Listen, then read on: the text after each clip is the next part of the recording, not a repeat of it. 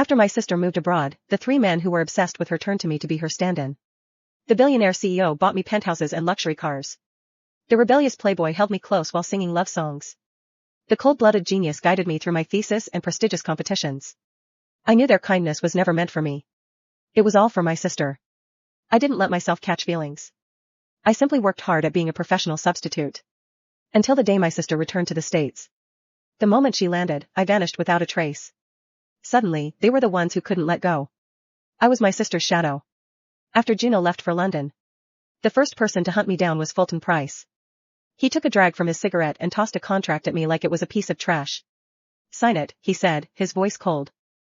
"I don't want to be the reason you are forced to drop out of college." I signed it without a second thought. The next was Jace Wilda. He pulled up to the diner where I worked in a flashy orange Lamborghini and dragged me out. He gripped my chin, staring at my face for a long time before muttering, "You really do look just like her. Do you want me to be her replacement?" I asked plainly. He chuckled, a dark glint in his eyes. "That works." The third was Silas Sterling. He never explicitly used the word stand-in, but after Juno left, he mentored me through my research and competitions, often dazing off while staring at my face. When people asked how I managed to land the most unreachable guy on campus, I had a simple answer: my face. It was all thanks to my sister's face. Aside from our looks, Juno and I were nothing alike. She was bold, radiant, and a force of nature. I was her polar opposite, Nira, a soft, manipulative little thing with a voice like honey. To be a better substitute, I tried to mimic her every move. The men weren't satisfied. Fulton sneered, calling my acting clumsy and boring. Jace laughed until he cried, thanking me for being the discount version that provided him with so much entertainment. Silas would just stare at me in silence for a few seconds before calling me disgusting. I decided to rethink my strategy. The stand-in market was getting competitive, and if I didn't upgrade my skills, my face alone wouldn't be enough. I noticed other girls were already getting plastic surgery to look like my sister. After a night of deep thought, I had an epiphany. They loved Juno and wanted her to love them back. But Juno was a career-driven queen who didn't care for romance. I'd been a heartbreak since I was 12, and I knew exactly how to make men spin in circles. I would give them a masterpiece of it. Now it is my second year as their shadow. Fulton called me over while I was at Jace's place helping him level up in a video game. "Where are you?" Fulton asked. Jace was too immersed in the game to look my way. So I answered honestly, playing games at a friend's house. Fulton hung up and sent me an address. It was a newly opened art gallery. I rolled my eyes. Who goes to see art in the middle of the night? What a total. My iPhone buzzed with a notification. Venmo, you received $15,000 from Fulton Price. What a total masterpiece of an art connoisseur. Only a true genius would appreciate art at this hour. Just as I was celebrating, Jace pulled me into his lap. "Who was that?" he asked carelessly. "My dad won the lottery," I lied. "He wants me to come home and celebrate." Jace clearly didn't believe me, but he didn't press the issue. He kept his arm around me until the round ended. He wasn't easy to fool, though. As I headed for the door to put on my shoes, he spoke up. "Is it Silas?" I had the most overlap with Silas at school. So it made sense for Jace to suspect him. I nodded smoothly. "There is an issue with the lab data. I didn't want you to overthink it, so I lied." He gave me a half smile. "Why bother lying? Do you think I actually care?" I bit my lip, putting on my best heartbroken expression. "Sorry, it won't happen again." I turned and left before he could say another word. When I first asked him if he wanted to stand in, it was for one reason: he was hot. He was as wild as his name, and every inch of him hit my aesthetic perfectly. But honestly, after 2 years, even a face like that gets old. Plus, I was getting exhausted. At first, they were respectful and didn't call me much. Our meetings never lasted more than 30 minutes. Maybe I was too good at my job because lately, they were becoming increasingly clingy. With graduation approaching, managing my schedule was becoming a nightmare. I decided I'd stop playing with Jace after the season ended. My Uber dropped me off, and I saw the CEO standing tall under a dim street light. I immediately plastered a sweet smile on my face.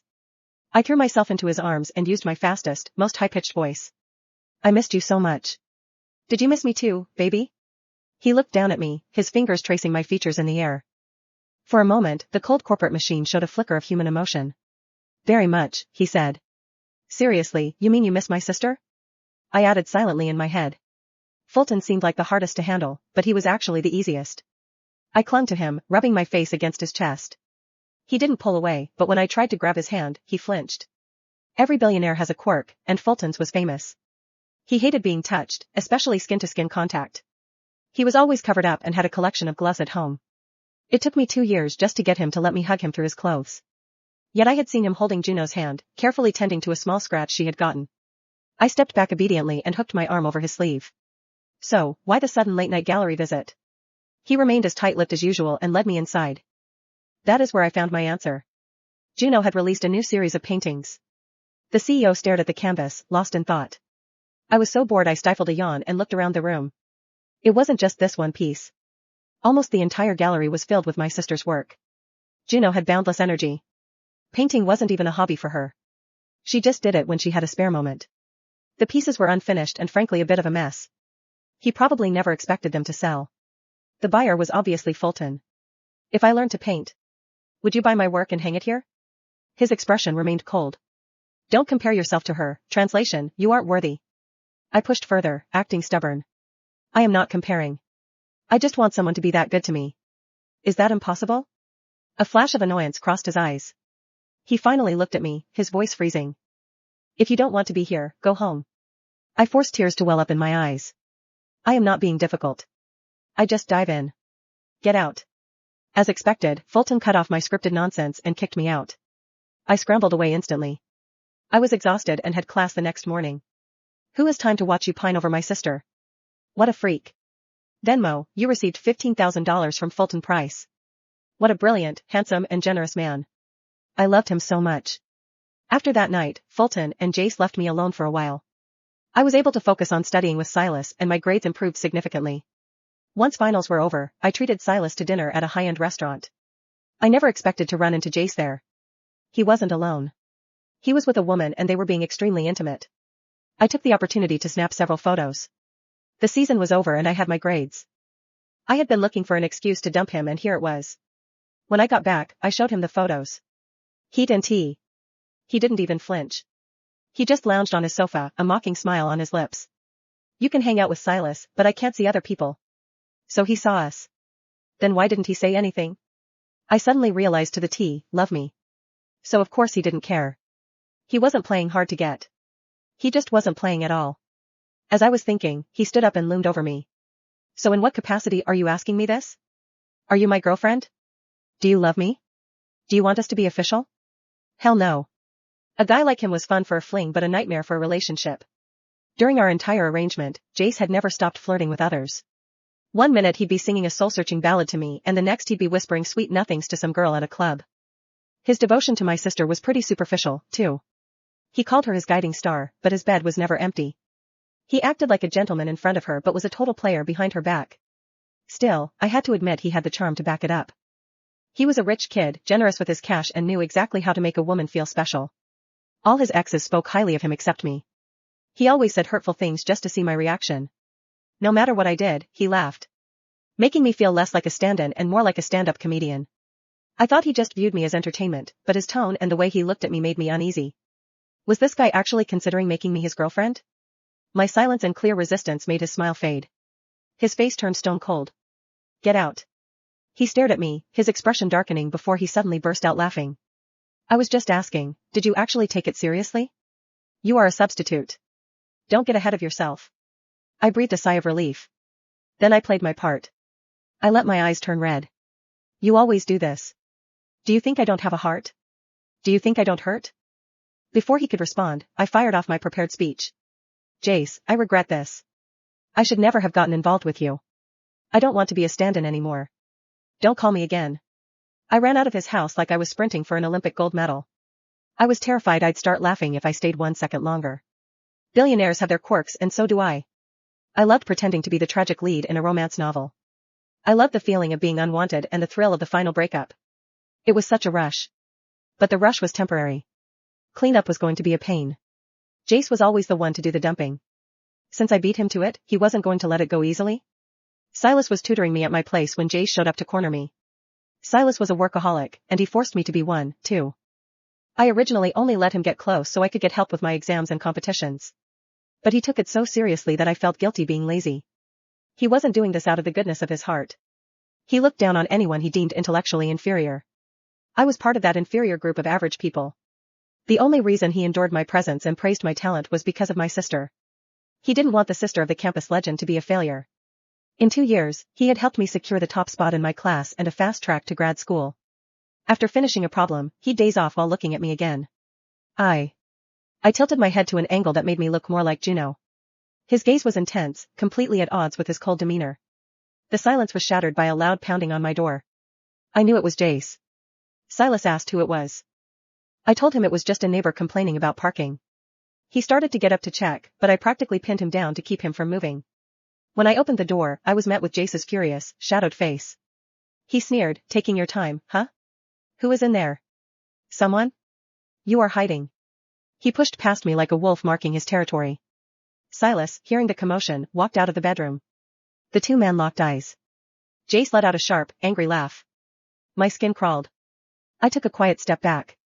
Silas pulled me behind him. "Jace, where are your manners? This is breaking and entering." Jace tried to grab my arm, but Silas blocked him. Jace gripped Silas's wrist, his voice dripping with venom. "I am looking for my girlfriend. What is it to you?" Silas looked back at me. "Do you like him?" I instinctively prepared my tragic smile, but then I remembered Tevin. I wasn't a stand-in anymore. I didn't owe Jace anything. I bit my lip and hid further behind Silas. Silas felt the slight tug on the back of his shirt. For a split second, he froze. Then he calmly looked back at Jace. "There's your answer." Jace's smile disappeared. "Nira." His voice was lower now. "Come here." I peeked around Silas with the most innocent expression I could manufacture. "No." Silence. Jace blinked. "What?" I said no. I shut the door halfway between us. "I'm retired." He laughed. "Retired? From substitute work?" I folded my arms. "The company has closed. Thank you for your patronage." Silas adjusted his glasses. "Company?" I smiled sweetly. "Yes." Then I pulled out my phone. For the first time, I opened a spreadsheet. Columns. Payments. Dates. Gifts. Luxury apartments. Designer bags. Scholarship donations. Travel expenses. Private tutors. Even emotional labor. I had color-coded everything. I've always believed in proper bookkeeping. Jay stared. "You kept records? Tax season is scary." His lips twitched. "You've been billing us?" "Of course." I looked genuinely confused. "You thought unlimited emotional availability came free?" Silas quietly leaned over my shoulder. "You categorized Fulton under high maintenance." I did. And Jace under emotionally expensive. Also correct. Why am I labeled academic sugar daddy? I smiled proudly. Because accuracy matters. Even Silas looked speechless. Jace suddenly burst into laughter. "You little con artist." "Thank you. I wasn't complimenting you." I accepted it anyway. Then his smile vanished. "Delete it." "No." "Nira." "No." He stepped closer. I said delete it. I locked my phone. "You know what's funny?" He narrowed his eyes. "For 2 years. You boys kept reminding me I wasn't Juno." I nodded. "So eventually I stopped trying. I realized something. I don't actually want to be loved. I want to be compensated." Silas slowly turned toward me. "You don't want love?" "I like money. Money doesn't forget anniversaries. Money doesn't compare me to my sister. Money compounds with interest." Jay stared at me like he'd never seen me before. "You were using us?" I gasped dramatically. "Oh my God. You figured it out." He actually looked offended. "I thought we had something." "We do." I smiled. "A signed lease. And a Porsche. And 3 investment accounts. And enough savings to disappear whenever I want." His eye twitched. "You little witch. Femme fatale." "I prefer entrepreneur." Silas suddenly spoke. "How much have you saved?" I answered honestly. "Just over 6 million. The apartment went completely silent. Jace's jaw dropped. 6 million. I diversified. Some stocks. Some real estate. Some boring index funds. And Fulton accidentally taught me mergers." Silas looked disturbed. "You were actually paying attention during those meetings?" "I always pay attention. I simply flirt while doing it." She winked. Silas looked away. Terrifying. Just then. Ding. Venmo. $30,000 received from Fulton Price. Message. Come back. I smiled. Declined. Then refunded the entire payment. Both men looked horrified. You returned Fulton's money? I don't work overtime. My phone rang immediately. Fulton. Declined. It rang again. Declined. Again. Blocked. Jace actually looked scared. You've never blocked him. I know. It felt amazing. Silas quietly asked. What exactly are you planning? I grinned. The same thing rich men have been doing to women for centuries. I'm upgrading. Within a month. I disappeared. Not because I was heartbroken. Because I had accepted a graduate fellowship in Switzerland. Paid in full. Using recommendation letters from Silas. Business connections from Fulton. Publicity from appearing beside Jace. They had spent 2 years building my future. Without realizing it. Meanwhile, I quietly founded an investment company. Luxury property. Tech startups. Art auctions. Anything that multiplied money. Whenever some handsome heir tried flirting with me, I smiled. What's your annual return? No? Then you're cute but financially irrelevant. People began whispering. The Price family's CEO keeps asking where she went. The wild heir hasn't written a love song in months. Professor Sterling rejected every new research assistant. I heard all the gossip while drinking champagne on a yacht in Monaco. I shrugged. They'll recover. My assistant looked confused. Miss Vale, 3 men are requesting meetings. Reject. All of them? I only meet billionaires. Miss Fulton is a billionaire. Oh. I sipped my champagne. Then reject him politely. And Jace? He still thinks emotional speeches are a personality. Silas? He'll probably bring a PowerPoint. The assistant couldn't help laughing. Miss. You really don't miss any of them? I looked out across the ocean. For exactly 3 seconds. Sometimes. She blinked. Really? I miss Fulton's unlimited credit card. I miss Silas doing my statistics. And I miss Jace carrying my shopping bags. She stared. That's it? Yes. Love was temporary. Beauty faded. Men got attached. Compound interest, however. That was forever. 3 months later. My assistant burst into my office holding 3 black envelopes like they were cursed. Miss Vale. I didn't even look up from my quarterly reports. Unless one of them contains $10 million, I'm busy. They're invitations. Throw them away. They're all for the same charity gala.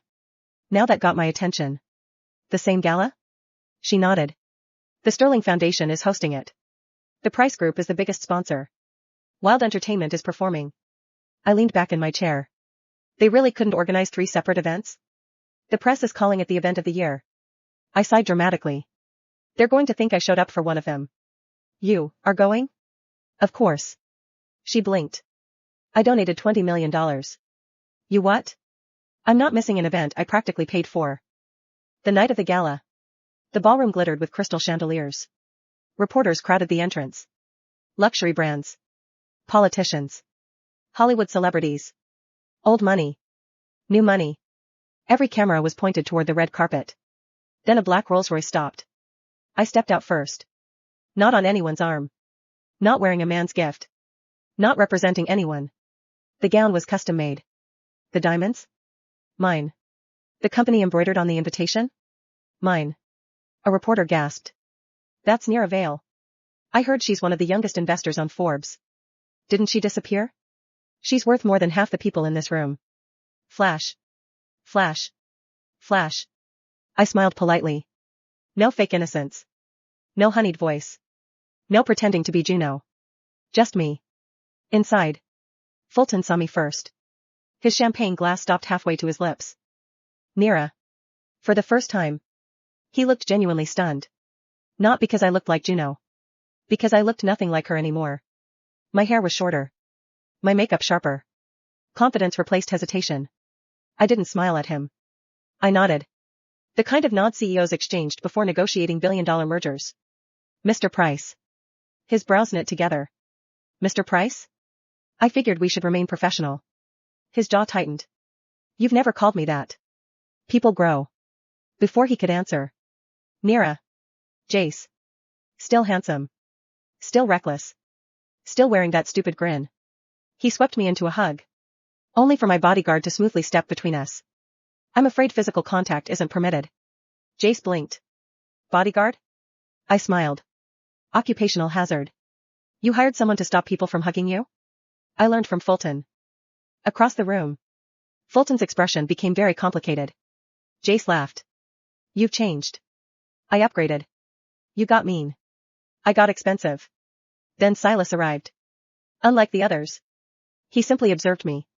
For a long moment. Finally. You no longer imitate her. No. Good. That surprised me. He continued quietly. I always hated it. Really? You smiled differently.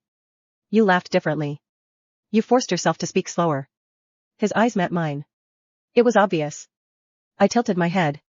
You still called me disgusting. I wasn't referring to your face. Then what? The act. He adjusted his glasses. It was intellectually offensive. I couldn't help it. I laughed. A real laugh. Not the soft, practiced one I'd perfected years ago. Silas stared. Then, almost imperceptibly, he smiled. There. That's your laugh. Unfortunately, peace never lasted. A glamorous woman blocked my path. Long black dress. Perfect posture. Red lipstick. She smiled like a knife. Nira. I recognized her immediately. Vanessa Carlyle. One of Juno's oldest rivals. She looked me up and down. So. The substitute finally became rich. I sipped my champagne. I prefer self-made. She smirked. Everyone knows those three men funded your life. Around us.